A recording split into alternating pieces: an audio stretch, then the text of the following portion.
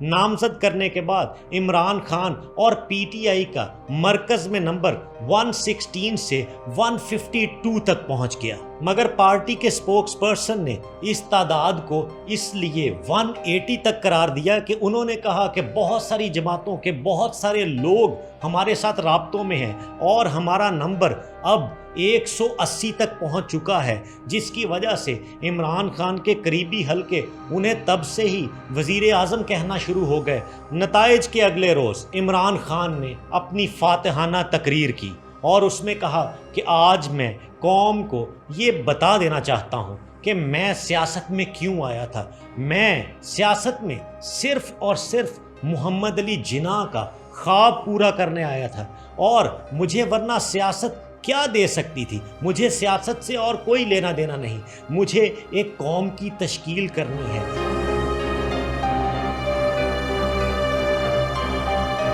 اور یہ تھی وزیر اعظم بننے پر عمران خان کی سوچ۔ بڑے لوگ اپنی سوچ سے بڑے بنتے ہیں۔